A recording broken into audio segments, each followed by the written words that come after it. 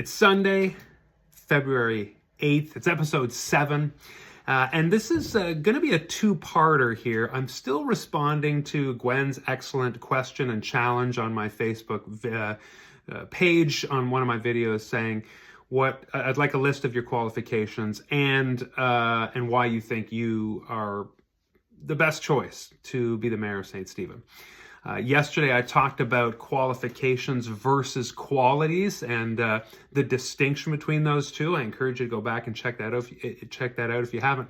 But in thinking about today's video, I sat down with trusty yellow pad with a pencil. I'm a pencil guy, not a pen guy, and thought I would start sketching out kind of a profile, bullet point list of those qualities that I would bring to the role of mayor.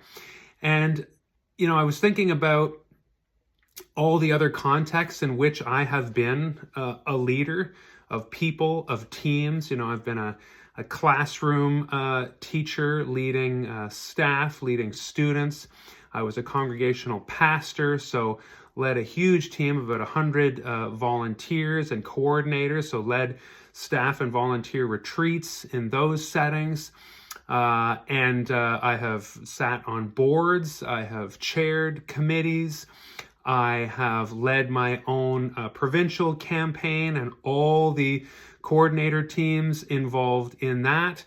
I was valedictorian of my graduate degree and was president of the student body for that, and so led a team of student leaders and have led retreats and things like that. So what are the qualities that I have brought to those roles, and what gives me the audacity to think that I would be a half-decent mayor? Great question. Ask all the candidates that.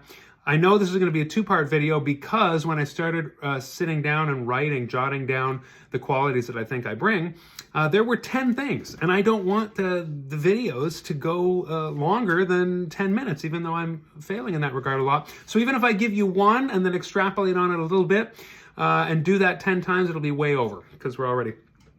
Anyway, so I'm gonna kind of split them in half, and I want to remind you what we're talking about here. We're talking about the role of mayor, and mayor, as defined in the Local Governance Act, has 5 specific duties to the role.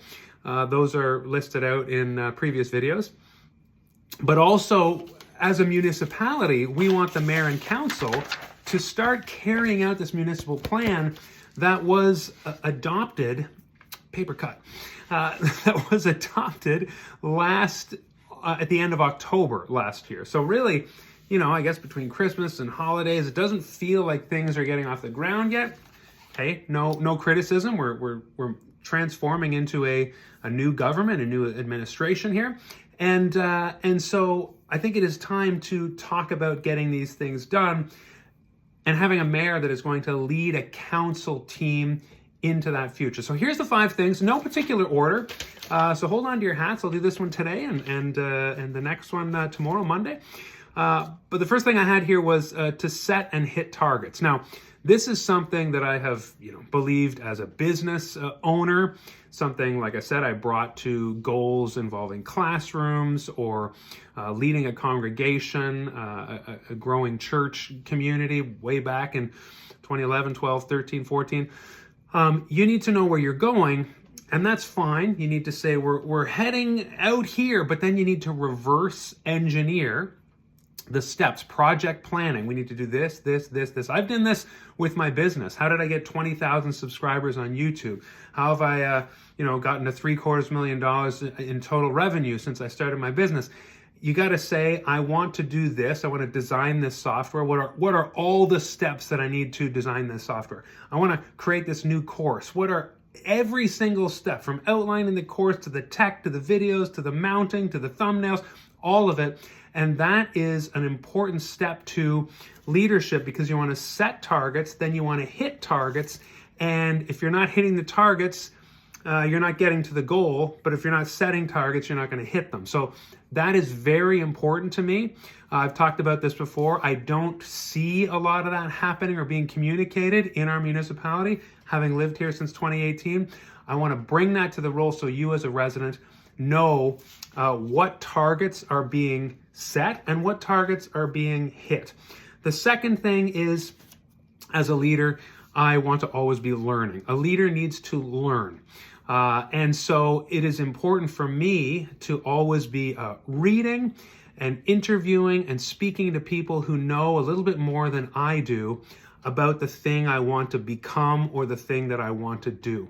A leader is a learner, just inherently. And if you're not learning, you're not going to lead because you're always pushing your own boundaries and pressing out what's possible, finding out new horizons of what is possible. And so that's really important. I am a learner, voracious learner, and I've talked to you about how I've subscribed to Municipal World for municipal things. I listen to the Municipal Affairs podcast, the Cross Border Network. Hello, shout out to Chris Brown. Reading books by George Cuff, reading reports, reading the bylaws, reading all these documents, going through the Local Governance Act and Community Planning Act line by line. I need to always be learning. I was going to say and communicating that too, but that's later. A leader is always learning. The third thing is listen. There's those sayings, we have 2 ears and 1 mouth, so we need to listen twice as much as we speak. I also really love the one, seek first to understand, then to be understood. And that kind of has a nice overlap with the second one that we were talking about there, about learning. So this is crucial for the role of mayor, because a mayor is always, as a first among equals, listening to counselors, the expertise that they bring to the table, listening to the CAO, who is by definition hired by the council to be the expert in staff administration. The how, once the council sets the direction, the CAO is tasked with saying, how do we unpack this? But also bringing that guidance mutually as well. But a mayor listens to council, listens to constituents, residents, as the council is listening as well, and then offers their thoughts, their advice. So it's interesting to me when I see kind of jaded and cynical people, hey, and however you got there, I'm sure it's justified, saying, this guy's going to come in and do this and that and do, wreck the town and all that stuff. If you feel that way about me, I don't know that I can dissuade you, follow along. I hope to convince you otherwise. But even if I can't, I think that's coming from an understanding where you think the mayor can come in and impose things on their council and on the municipality in a way that I just don't see as possible, because there are going to be 7 people at that team who are offering direction and making decisions and being direct and guided by the administration as well, the experts, the expertise of the CAO and all the other wonderful department heads who kind of know the nitty-gritty. So there is that interplay between. But listening is absolutely crucial. And as a leader, I always listened to my department leads, other people at the table. I mean, when you're at a board, if you're chairing a board, you know the people around that table are incredible. They're all there for a reason. They all bring amazing skills, expertise, and gifts and talents. And that is the function of a board. And we've talked about how your council is essentially the board of this corporation that is our municipality, right? The fourth thing is guide and be guided. So I've had a hard time not saying that, but if you're listening and if you're learning, you are guiding people forward, but you are also being guided. I really believe every teacher needs to also be a student, and every leader also needs to be a follower. So that is inherent in being a good leader, a good teacher, is also being a student and a follower. And so, you don't need to be rocketing ahead to the moon and saying, I know so many more things. I'm way ahead of everybody. No, a few steps forward. And as an international coach and as a teacher in many contexts throughout the last decade and a half, I've really learned that you can say, well, I'm not sure about everything. Here's what I'm bringing. Here's what I'm learning. Here's what I'm reading. And that helps others. And then you all continue to forge ahead together. But the leader really only needs to be a few steps ahead. and then being guided by what they're learning and by what they are hearing. And the fifth thing, and so we're halfway there now, is to discover the vision. And that's where that imposing thing again, where we need a vision, but a great leader doesn't say, I'm going to come in there and I'm going to make us do this. No, we have a municipal plan that has been adopted by the Service Commission with their expertise, and then adopted by the council. Very thoughtful, gone to feedback. I was part of the feedback of the municipality. The rural ward said we don't like this and that was amended, and that's the process. It's very important.